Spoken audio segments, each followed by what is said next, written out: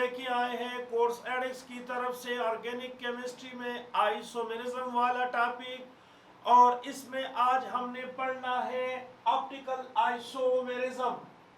Optical isomerism वो isomers which will have same molecular formula। Molecular formula same होता है, molecular mass same होता है, जर्नल फार्मूला इसका सेम होता है, परसेंटेज कंपोजिशन इसका सेम होता है, इसकी फिजिकल प्रॉपर्टी भी सेम होती है। ये याद रखिए, फिजिकल प्रॉपर्टी भी इसकी सेम होती है और केमिकल प्रॉपर्टी भी सेम होती है, बट डिफरेंट, ये याद रखिए, different in the rotation of plane polarised light. ये प्लेन पोलराइज्ड लाइट पीपीएल को रोटेशन में डिफरेंट होता है, ये याद रखिए। हमारे पास क्या होता है कि एक लाइट होता है जो ऑल डायरेक्शन में, तमाम डायरेक्शन में वाइब्रेट करता है। इस तरह से ऑल डायरेक्शन में ये वाइब्रेट करता है। ओके, ये इसकी वाइब्रेशन ऑल डायरेक्शन में होती है, ऑल प्लेन में इसकी वाइब्रेशन होती है। लेकिन निकोल प्रिज्म से अगर इसको हम निकोल प्रिज्म से पास कर दे, निकोल प्रिज्म से अगर हम इसको पास कर दे तो ये याद रखें, ये आपके पास बन जाता है, ये यूनी डायरेक्शन में ये वाला लाइट बन जाता है जिसको हम प्लेन पोलराइज लाइट कहते हैं, प्लेन पोलराइज लाइट। अगर ये प्लेन पोलराइज लाइट इस ऑप्टिकल आइसोमर यहां पर मौजूद होता है, ऑप्टिकल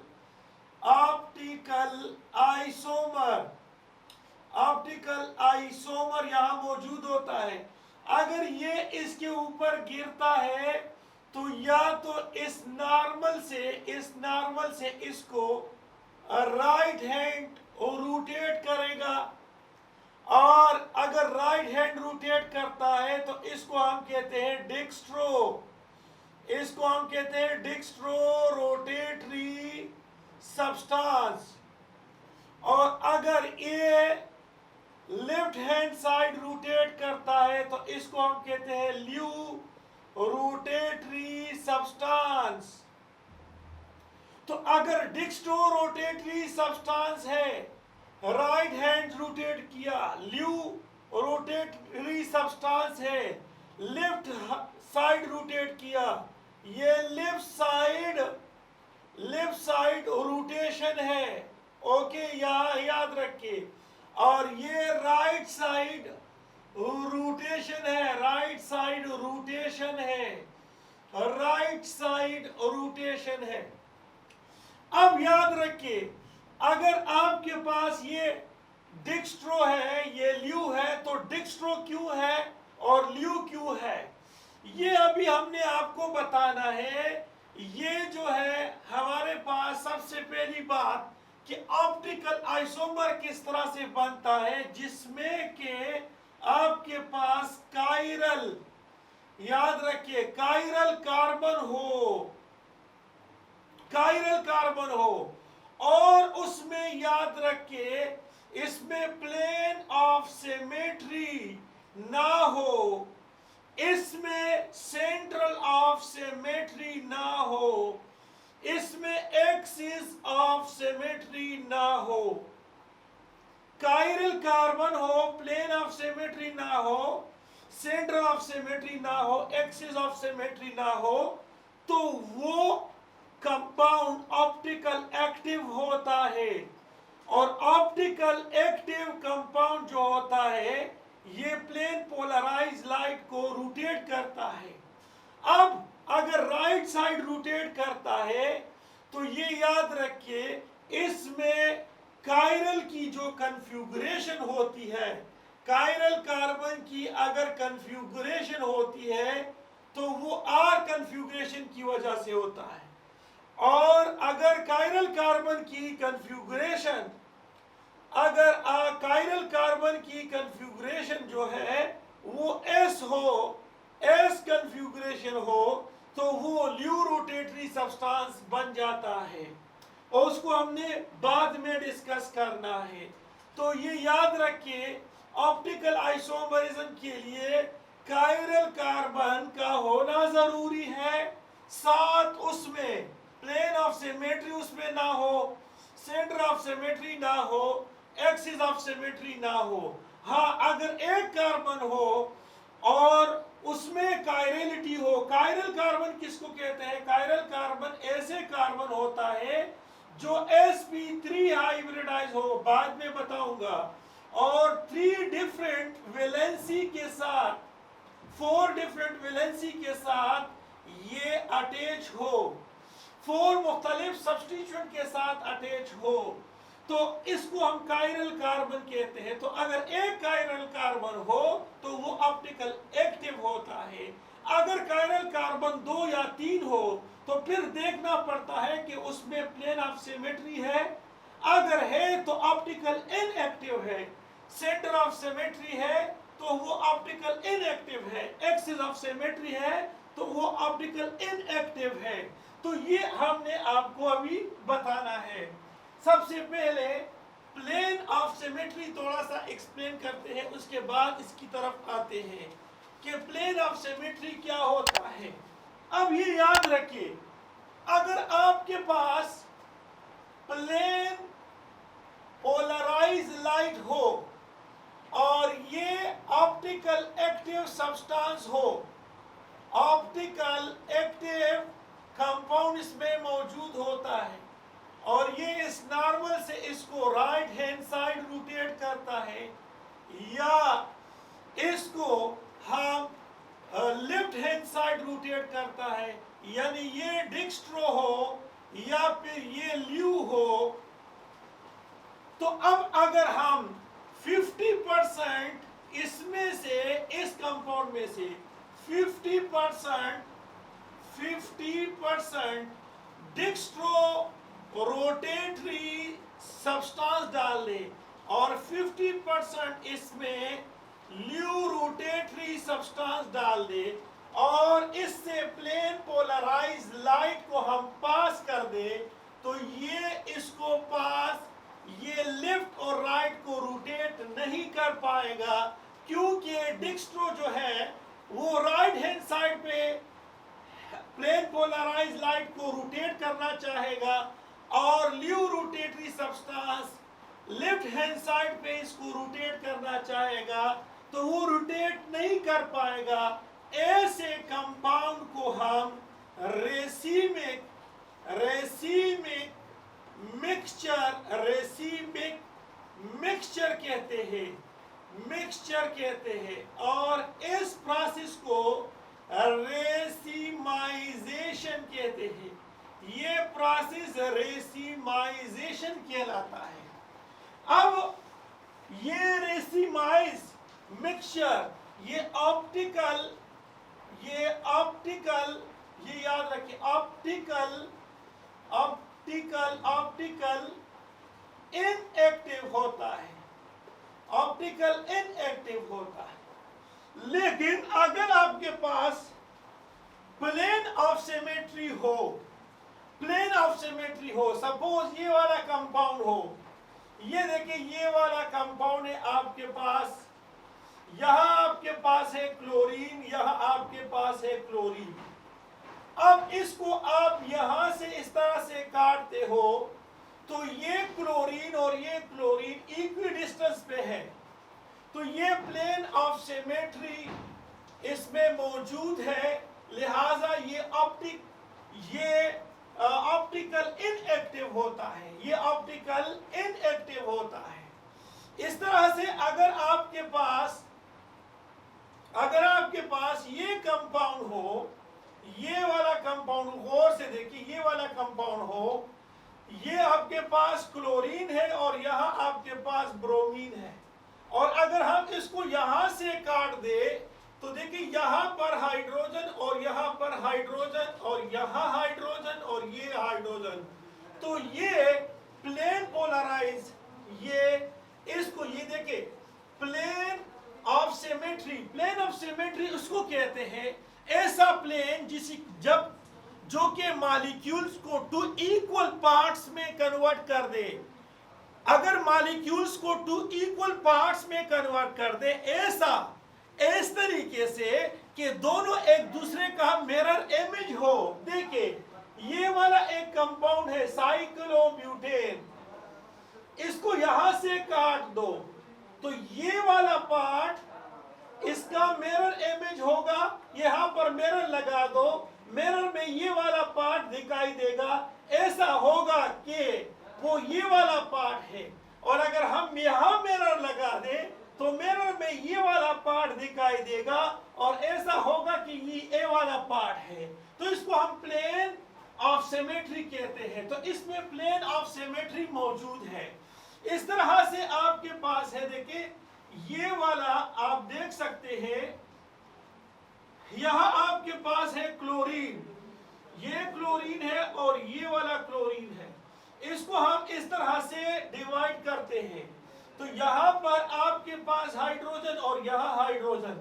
देखिए ये यहां से इस पोजीशन से दो बराबर हिस्सों में कन्वर्ट होता है।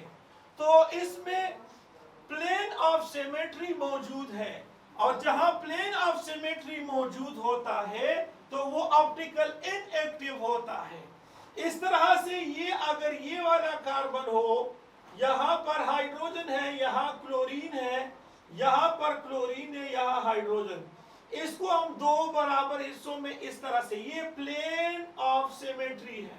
देखिए इसको दो बराबर हिस्सों में कन्वर्ट करता है, तो इसके इस साइड पे हाइड्रोजन, इस साइड पे हाइड्रोजन, यहाँ पर क्लोरीन और इस साइड पे क्लोरीन।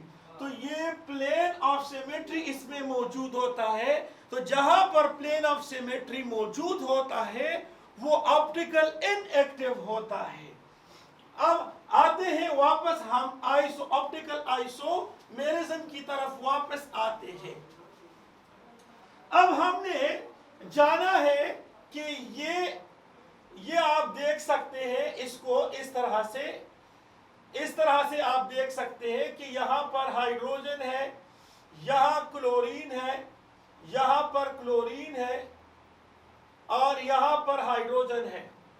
सेंटर ऑफ सिमेट्री, ये देखिए centre of symmetry, centre of symmetry एक ऐसा पॉइंट, किसी मॉलिक्यूल में ऐसा पॉइंट जिसमें ट्रांस जो होता है, ट्रांसफॉर्म जो होता है, उसमें सेम सब्स्टिट्यूएंट इक्विडिस्टेंस पे होता है। देखिए यहां पर हम एक पॉइंट लगाते हैं, ये सेंटर है, और ये देखिए ये वाला और ये वाला इक्विडिस्टेंस पे है, यहां से ये और ये दोनों इक्विडिस्टेंस पे है, इसमें सेंटर ऑफ सिमेट्री है। तो ये भी ऑप्टिकल इनएक्टिव होता है। इसी तरह से आपके पास एक दूसरा कंपाउंड है, हम आपको एक दूसरा कंपाउंड बता सकते हैं कि क्या होता है वहां पर। ये देखिए ये कार्बन है और इस कार्बन यहां पर CH3 है, और इस कंपाउंड के यहां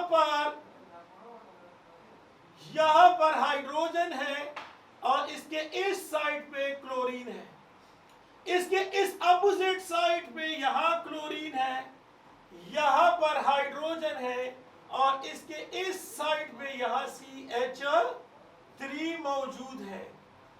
तो ये सेंटर कंसीडर कर दो, और ये सेंटर के उस पार ले और इस पर ले, ये वाला और ये वाला आपस में क्या है, देखिए इक्विडिस्टेंस पे है। ये देखिए ये इक्विडिस्टेंस पे है। तो इसको हम क्या कहते हैं, इसको हम कहते हैं कि ये सेंटर ऑफ सिमेट्री है, और जहां पर सेंटर ऑफ सिमेट्री हो तो वो ऑप्टिकल इनएक्टिव होता है, वो ऑप्टिकल इनएक्टिव होता है। हमारे पास ये कंपाउंड है गौर से देखिए, ये कंपाउंड है, ये आपके पास है Br और यहां आपके पास है Br, और यहां आपके पास है हाइड्रोजन हाइड्रोजन, यहां पर हाइड्रोजन हाइड्रोजन, यहां पर भी हाइड्रोजन है, यहां पर भी हाइड्रोजन है। तो ये देखिए, ये पॉइंट हमने लगा दिया, ये पॉइंट से ये Br जितने डिस्टेंस पे है इतना ये Br भी है। तो यहां पर क्या है, सेंट्रल ऑफ सिमेट्री है, और जहां पर सेंट्रल ऑफ सिमेट्री हो वो ऑप्टिकल इनएक्टिव होता है। एक होता है axis of symmetry, axis of symmetry ऐसा इमेजिनरी लाइन जिसमें कि हम एक मॉलिक्यूल्स को 360 पे रोटेट कर दे और वो सेम अपीयरेंस आपको दे दे, उसको हम कहते हैं, उसको एक्सिस ऑफ सिमेट्री कहते हैं। सपोज हमारे पास ये वाला साइक्लोप्रोपेन, यहां देखिए 1 2 3, अब अगर हम इसको रोटेट करना चाहे, अगर इसको हम रोटेट करना चाहे तो इस तरह से ये रोटेट होगा। देखिए ये वाला यहां आएगा 2, यहां पर आएगा 3, यहां पर। अब फर्दर अगर इसको हम रोटेट कर दे तो ये देखिए यहां पर 3 यहां पर आएगा, 3 जो है यहां पर आएगा, और ये देखिए यहां पर 3, नीचे आपके पास 1 और यहां पर आपके पास 2 आता है। तो ये क्या हो गया, ये इसको हमने रोटेट किया, इस तरह से रोटेट किया और सेम अपीयरेंस दे दिया 3 टाइम। या फिर आप सपोज कर दे कि ये इस तरह से यहां से 120 पे इसको रोटेट करते हैं, 120 यहां पर, 120 यहां पर हम एक इमेजिनरी एक्सिस लेते हैं यहां पर और इसको 120 पे रोटेट करते हैं। सो जब 120 पे इसको हम रोटेट करेंगे यहां पर, ये 120 तो एक यहां पर आएगा, फिर रोटेट करते हैं 120 पे, तो यहां पर ये रोटेशन आता है 120, तो ये रोटेशन आता है। अब देखिए इसमें एन वैल्यू रोटेशन कितना होता है, 360 तक हम इसको रोटेट करते हैं, लेकिन हर रोटेशन जो है वो 120 तक होता है। तो 120 को डिवाइड कर दो तो इससे आता है 3, तो इसमें डिग्री ऑफ रोटेशन जो है या एक्सिस ऑफ रोटेशन जो है वो इसमें क्या है, 3 है।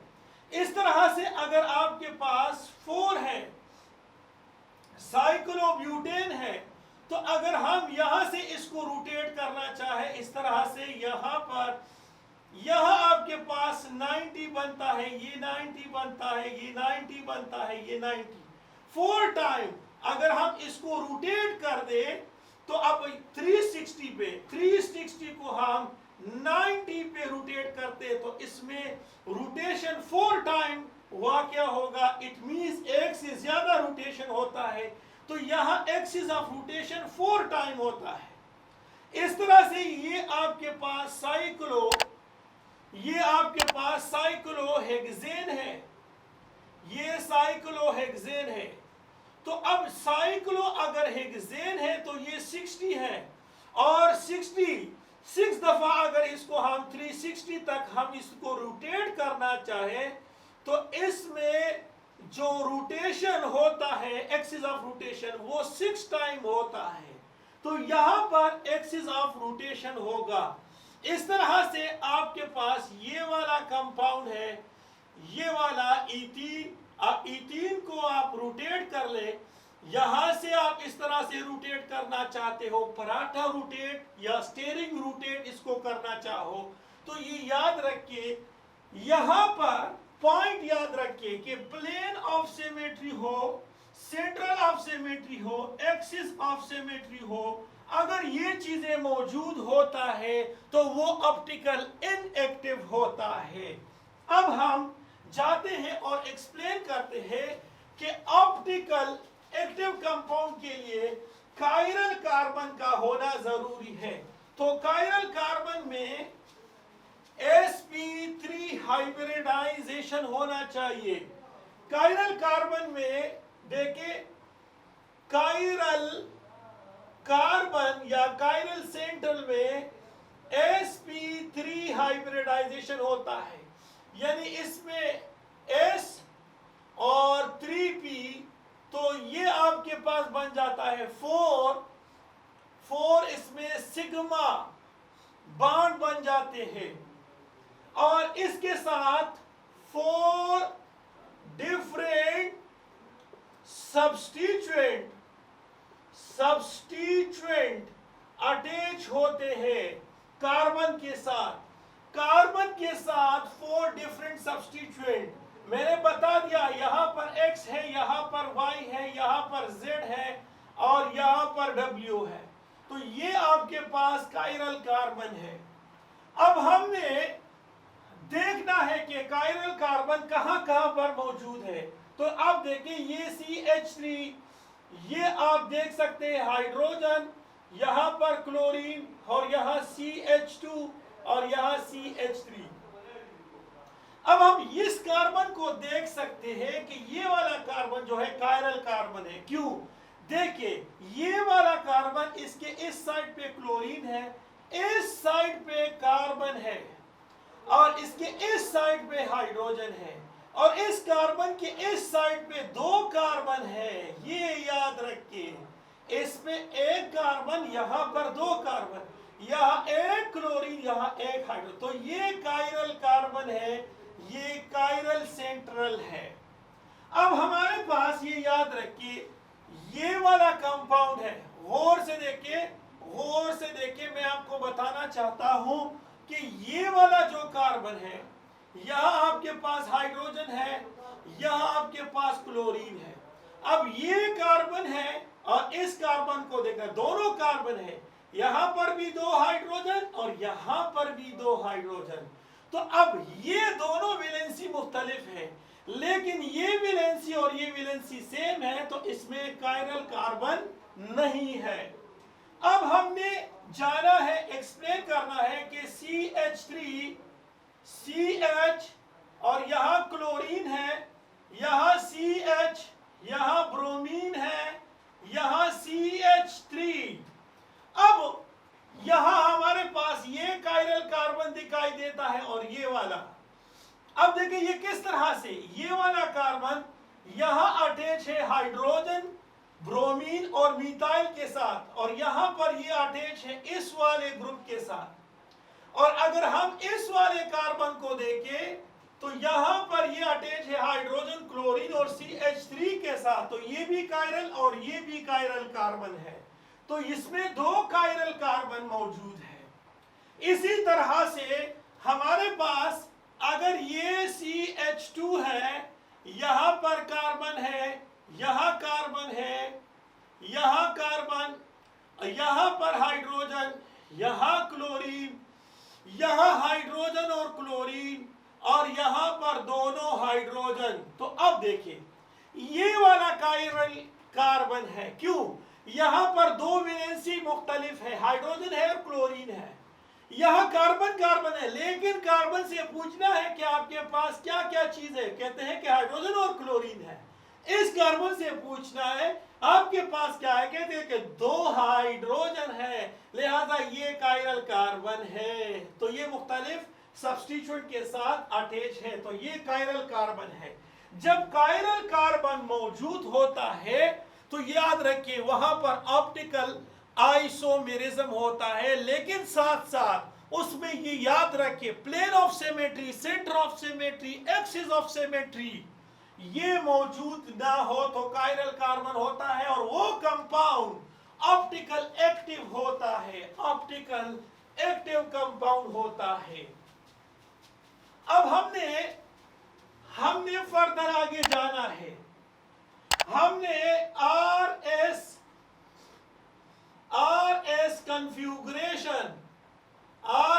कन्फ्यूगरेशन पढ़ना है। RS configuration for chiral carbon atom, chiral carbon atom.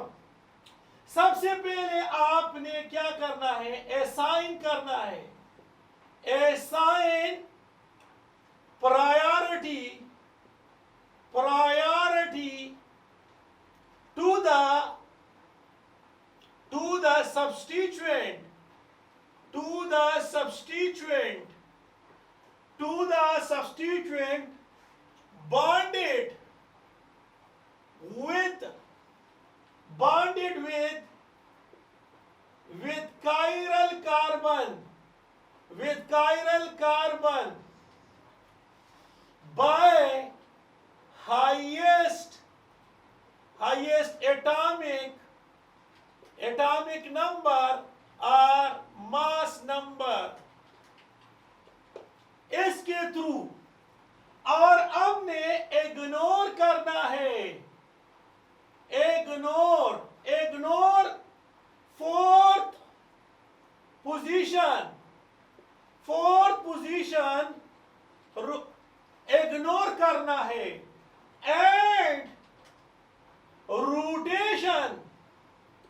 Rotation takes place, rotation इसमें वाक़या होती है from 1 to 2 to 3, a rotation इसमें वाक़या होनी चाहिए।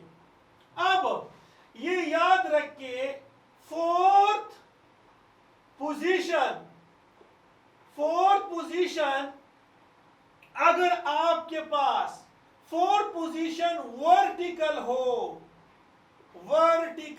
अगर फोर्थ पोजीशन वर्टिकल हो तो फिर क्या करना चाहिए? फिर ये याद रखिए, क्लॉकवाइज रोटेशन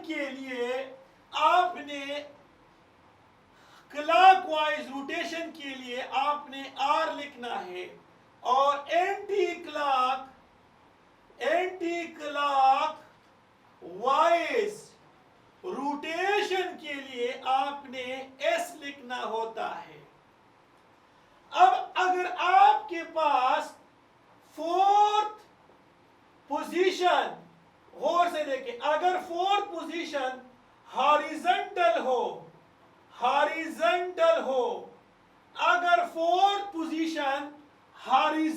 हो, तो अब याद रखिए, ये पॉइंट याद रखिए, आपने क्या करना है?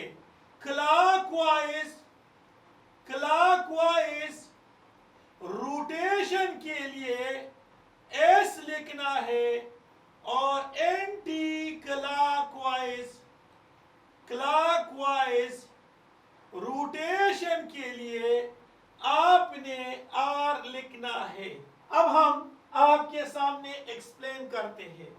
ये कायरल कार्बन है, इस कायरल कार्बन के यहां पर आयोडीन है, यहां पर ब्रोमीन है, यहां पर आपके पास क्लोरीन है, और यहां पर कोई भी कार्बन हो एक्स, और ये आपके पास वर्टिकल पोजीशन है।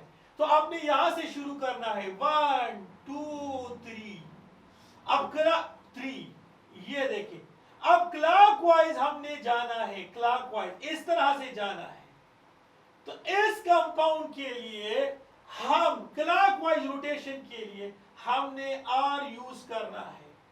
लेकिन अगर ये कंपाउंड इस फॉर्म में हो, ये देखिए इस फॉर्म में हो कि अगर यहां पर आपके पास आयोडीन हो, यहां आपके पास ब्रोमीन हो, यहां आपके पास क्लोरीन हो, और यहां पर एक्स हो, तो फिर देखिए यहां 1 2 3 और ये 4, फिर भी पोजीशन ये देखिए, फोर्थ पोजीशन वर्टिकल है। तो यहां से शुरू होके इस साइड पे आपने आना है, यानी एंटी क्लॉकवाइज आना है, और इसके लिए आपने एस लिखना होता है। अब ये याद रखिए, अब फोर्थ पोजीशन हॉरिजॉन्टल हो, तो ये याद रखिए, ये देखिए, ये फोर्थ पोजीशन हॉरिजॉन्टल 1 2 3, ये हॉरिजॉन्टल है, तो हमने एंटी क्लॉकवाइज जाना है, और अगर एंटी क्लॉकवाइज जाना है तो इसके लिए हम आर यूज करते हैं। और अगर ये आपके पास यहां से क्लॉकवाइज जाना है और ये फोर्थ पोजीशन हॉरिजॉन्टल हो तो उसके लिए हमने एस लगाना है, ये याद रखिए। अब plane polarise light, plane polarise light, ये देखिए ये कायरल कार्बन है, आपके पास फोर्थ पोजीशन वर्टिकल है, ये फोर्थ पोजीशन वर्टिकल है, 1 2 3 क्लॉकवाइज जाना है, ये आपके पास है, आर से रिप्रेजेंट करते हैं। ये प्लेन पोलराइज लाइट को राइट हैंड साइड यानी डिक्स्ट्रो रोटेटरी सब्सटेंस कहलाता है, राइट हैंड साइड रोटेट करेगा। और ये जो है यहां से 1 2 3 यहां से जाना है और ये फोर्थ पोजीशन पे है, वर्टिकली है, और ये आपके पास एंटी क्लॉकवाइज जाना है तो ये एस से रिप्रेजेंट करते हैं। अब देखिए ये दोनों मिरर इमेज है, हम यहां पर मिरर लगाते हैं, ये एक दूसरे के मिरर इमेज है, but they are not superimposable, ये एक दूसरे के सुपर इम्पोजिबल नहीं है। यानी अगर इसको हम उठा के यहां रख दे, यहां पर रख दे, देखे ये वाला हाथ, इस हाथ का मिरर इमेज है, मिरर में अगर ये हाथ हो तो ये हाथ दिखाई देने देगा कि ये वाला हाथ है, और अगर ये वाला हाथ का मिरर इमेज हो तो वो ये वाला हाथ होगा, but they are not superimposable. देखिए बड़ी उंगली छोटी उंगली के ऊपर आता है, not superimposable, superimposable नहीं है, they are not superimposable. तो इसको हम, इन दोनों को हम एनेंशोमर, एनेंशोमर कहते हैं, ये एनेंशोमर है। अब प्लेन पोलराइज लाइट अगर जाता है तो ये इसको राइट हैंड साइड रोटेट करता है, लेकिन अगर इसके ऊपर आता है प्लेन पोलराइज तो ये ल्यू रोटेटरी सब्सटेंस ये लेफ्ट साइड रोटेट करता है, ये इसको लेफ्ट साइड रोटेट करता है।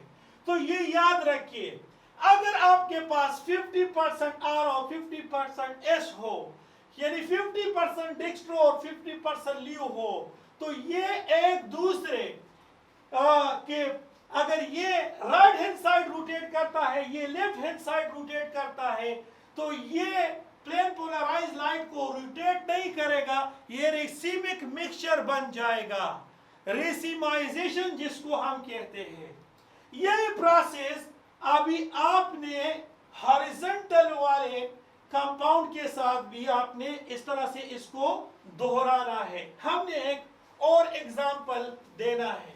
अब देखिए हमारे पास है एक कंपाउंड, लैक्टिक एसिड है, हमारे पास एक कंपाउंड है, FAC लेवल पर लैक्टिक कंपाउंड, ये एक कंपाउंड है, सपोज COOH है, यहां पर OH है, यहां पर हाइड्रोजन है, यहां CH3 है, ये आपके पास क्या है, कायरल कार्बन है। अब ये कायरल कार्बन आप देखिए, ये इसका मिरर इमेज क्या होगा कि यहां पर OH बनेगा, यहां आपके पास COOH, यहां आपके पास CH3, यहां आपके पास हाइड्रोजन। अब ये एक दूसरे, अगर ये डिक्स्ट्रो रोटेटरी सब्सटेंस है तो ये ल्यू रोटेटरी सब्सटेंस होगा, ये एक दूसरे के मिरर इमेज है, but they are not superimposable. तो ये देखिए ये एक पेयर एनेंशोमर कहलाता है। ये प्लेन पोलराइज लाइट को क्या करता है, रोटेट करता है, रोटेट करेगा। लेकिन अगर ये कंपाउंड इस फॉर्म में हो, COOH, यहां पर कार्बन, यहां OH, यहां पर हाइड्रोजन, यहां कार्बन, ये वाला OH, यहां पर हाइड्रोजन, यहां COOH। अगर हम इस कंपाउंड को देखें, क्या ये कंपाउंड प्लेन पोलराइज लाइट को रोटेट करता है? अगर रोटेट करेगा तो ऑप्टिकल एक्टिव है, अगर रोटेट नहीं करता है तो ऑप्टिकल इनएक्टिव कंपाउंड है। अब देखते हैं, इसमें कायरल कार्बन है जी, बिल्कुल एक कायरल कार्बन ये है, यहाँ COOH अटैच है, यहाँ हाइड्रोजन, यहाँ OH, यहाँ कार्बन के साथ और ग्रुप है, ये भी कायरल कार्बन है, बिल्कुल है। लेकिन देखिए इसमें प्लेन ऑफ सिमेट्री है, ये दो बराबर हिस्सों में कन्वर्ट हो सकता है। जहां पर प्लेन ऑफ सिमेट्री हो तो अगर इसमें कायरल कार्बन क्यों ना हो वो ऑप्टिकल इनएक्टिव होता है, ये प्लेन पोलराइज लाइट को रोटेट नहीं कर सकता है। तो आपको एग्जाम में एनएमडीकेट में और ईटा टेस्ट में मुख्तलिफ किस्म के कंपाउंड दे सकेगा और देगा कि ये प्लेन पोलराइज लाइट को रोटेट करना है, तो आपने उसमें कायरल कार्बन को देखना है कि मौजूद है कि कायरल कार्बन एक से ज्यादा हो। दूसरा आपने उसमें plane of symmetry, centre of symmetry, axis of symmetry देखना है। अगर plane of symmetry, centre of symmetry, axis of symmetry उसमें ना हो और उसमें कायरल कार्बन हो, यानी वो कायरलिटी उसमें मौजूद होता है, तो फिर वो प्लेन पोलराइज लाइट को रोटेट करेगा। Such type of a compound is known as optical active compound कहलाता है। और ऑप्टिकल एक्टिव कंपाउंड को हमने ऑप्टिकल आइसोमेरिज्म में पढ़ना है। Okay, thank you for watching this video. Allah Hafiz.